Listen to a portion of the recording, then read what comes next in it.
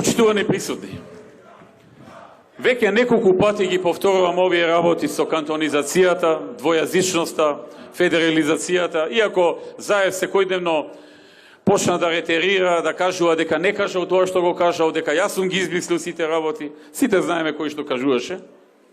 Го повторувам ова заради една причина, да не ни се случи грешка, да не кажеме после што не кажавте, па не знаевме ние. Па вие требаше да ни кажете. Вие сте политичари, требаше да ни ги отворите очите. Не сме сите должни да следиме се политика и све да предвидиме и така натаму. Затоа го повторувам ова. Бидејќи ако се направи грешка, таа ќе биде кобна. Нема враќање назад.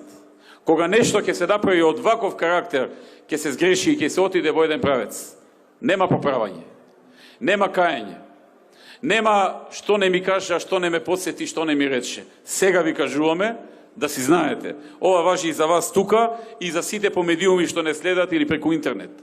Ви кажуваме многу отворено, многу јасно. Што и следи на Македонија од сценаристите кои го најмиле Заев да го спроведе нивното сценарио. Може би некои од вас се разочарани од некои наши слабости, грешки и пропусти. И ние сме живи луѓе и ние грешиме. Но фала Богу немаме стратешки грешки.